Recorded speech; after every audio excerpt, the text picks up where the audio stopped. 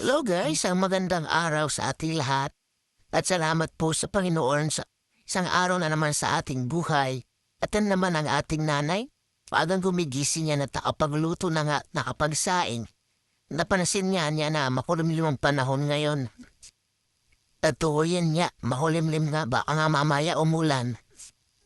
At kay lamig na naman, Pag yan niya may napansin akong bata batutang gumagala. At nakita ko rin ang mangga ng kapitbahay.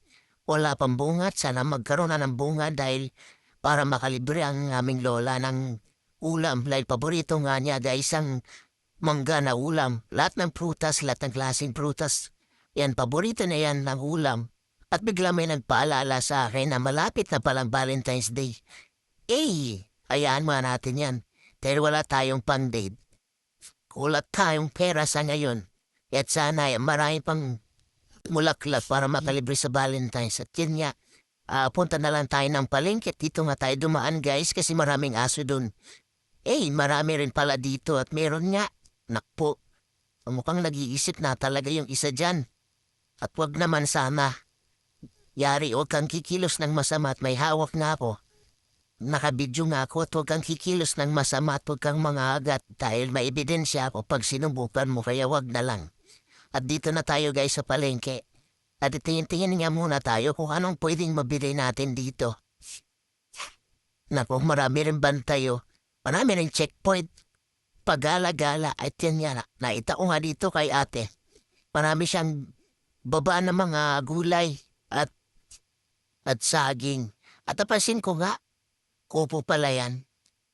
Unang bisis ko makakita ng upo na bilog guys. At kaya nagtaka ako kung ano yun ito niya. At kay tatay din at marami rin pala siyang dala na mais. Marami siyang benta ngayon na mais. At yun niya kaya na nagkikirig talaga ako ng kamuting kahoy. Kaya katatanong ko magkano rin talaga ang benta ni ate kasi tumpok-tumpok na diba guys? Fresh na fresh at mura pa yan guys.